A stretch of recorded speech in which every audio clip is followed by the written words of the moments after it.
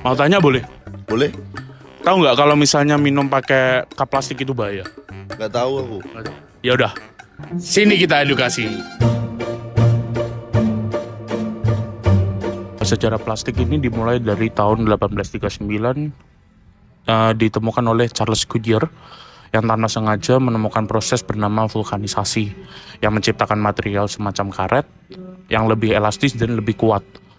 Kemudian pada tahun 1855, seseorang bernama Alexander Parkes menemukan seluloid atau yang biasa disebut dengan parkesin, di mana memiliki karakter yang fleksibel saat terkena panas dan kembali kaku saat menjadi dingin.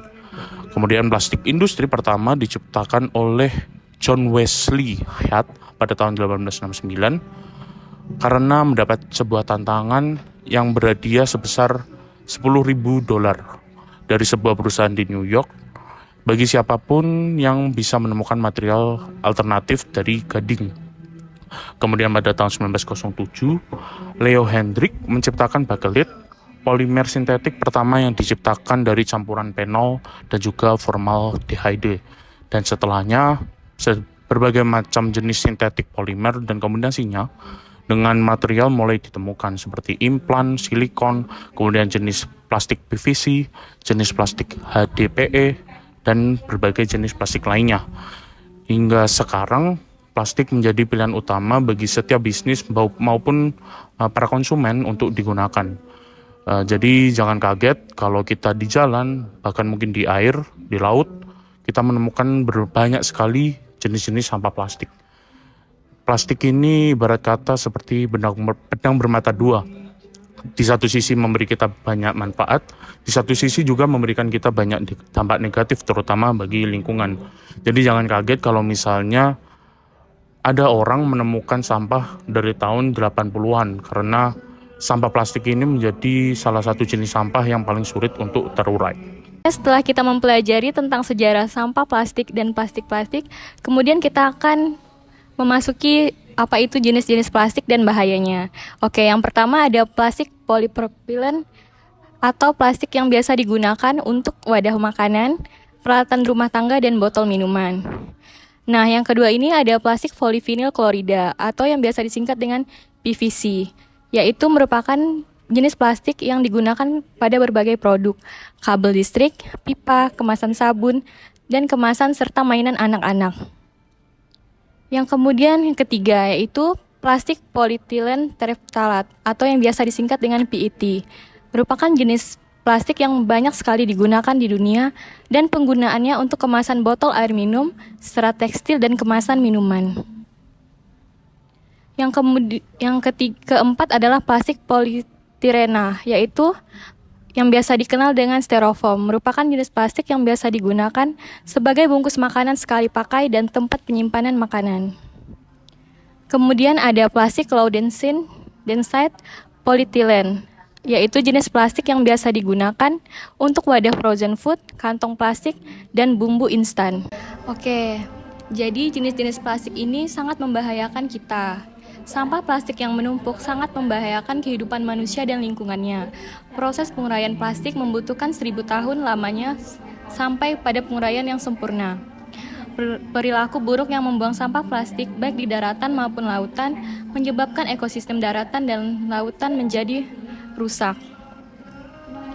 Penumpukan sampah yang sangat banyak mencemari ekosistem lautan dan daratan seperti pencemaran lautan, hutan, sungai, polusi udara, membahayakan kesehatan karena pembakaran sampah plastik yang mengandung zat berbahaya yang dapat membuat iritasi mata, gangguan pernapasan dan tenggorokan, gangguan hormon, masalah reproduksi, penyakit kulit hingga kanker. Kemudian, dari memproduksi, mengolah, dan membuang sampah plastik menjadi penyebab meningkatnya gas emisi rumah kaca, yaitu karbon dioksida yang berdampak pada iklim sehingga membuat es di kutub utara maupun selatan mencair, membuat naiknya permukaan air laut dan mempercepat pemanasan global. Dari seluruh data sampah yang dibuang di daratan, tidak semuanya dikelola dengan baik. Sisanya dibuang di sungai lalu berakhir di laut. Menurut data dari Kementerian Lingkungan Hidup dan Kehutanan, pada tahun 2020, wilayah kelautan Indonesia sudah tercemar sekitar 1.772,7 gram sampah per meter persegi. Mengingat luas lautan Indonesia yang totalnya 3,25 juta kilometer persegi, bisa diperkirakan bahwa jumlah sampah di Nusantara secara keseluruhan mencapai 5,75 juta ton. Jenis sampah plastik yang paling banyak dengan bobot sebesar 627,80 gram per meter persegi. Jumlah itu memiliki porsi 35,4% dari total keseluruhan sampah di Indonesia pada tahun 2020. Semakin banyak sampah plastik, maka semakin berdampak pada lingkungan sekitar. Contohnya di Bantar Gebang, Desa Bangun dengan tenggelam penuh sampah plastik, bahkan hingga Australia yang terkena dampak dari sampah Indonesia. Nah, setelah tahu dan melihat dampak buruk apa saja yang bisa dibawa sampah plastik untuk lingkungan sekitar kita, maka ayo kita sama-sama untuk mengurangi sampah plastik agar lingkungan kita lebih bersih. Nah, tipsnya apa aja? Aku akan membagikan tips agar kalian bisa mengurangi sampah plastik nih. Salah satunya yaitu ketika kalian ingin berbelanja ke supermarket atau swalayan atau berbelanja kemanapun, biasakan membawa kantong belanjaan sendiri yang bahannya terbuat dari kain. Jadi kalian bisa menggunakannya dengan jangka waktu yang lama, tidak seperti plastik yang hanya digunakan sekali pakai saja. Lalu tips kedua yaitu yang sering sekali dibawa anak sekolahan nih. Jadi kalau kalian pergi ke sekolah ataupun ke kampus, biasakan menggunakan tumbler. Jadi tidak lagi menggunakan botol plastik. Selain menghemat biaya pengeluaran kalian untuk membeli air minum, itu juga membantu pelestarian lingkungan dari sampah plastik. Tips selanjutnya yaitu tips ketiga yang gak jauh-jauh dari tips kedua. Kenapa? Karena emang berhubungan. Sekarang kita akan membahas penggunaan sedotan. Siapa dari teman-teman yang masih menggunakan sedotan plastik untuk kegiatan sehari-hari?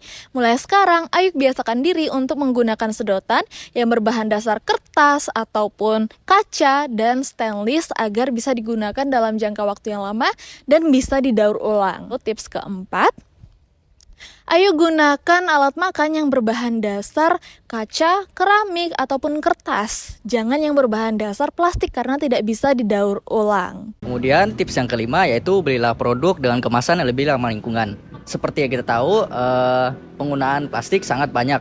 Dan untuk mengurangi kita harus memilih plastik yang lebih ramah lingkungan. Nah, kemudian tips yang keenam ada belanja di pasar tradisional.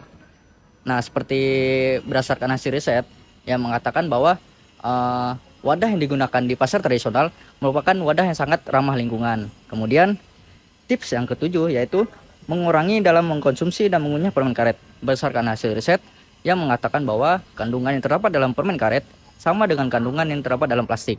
Oleh karena itu, sebagai manusia yang peduli lingkungan, kita harus lebih mencintai lingkungan kita. Jadi itu dia tipsnya. Jadi nggak ada alasan lagi untuk kita nggak bisa mengurangi sampah plastik. Yuk sama-sama kita jaga lingkungan.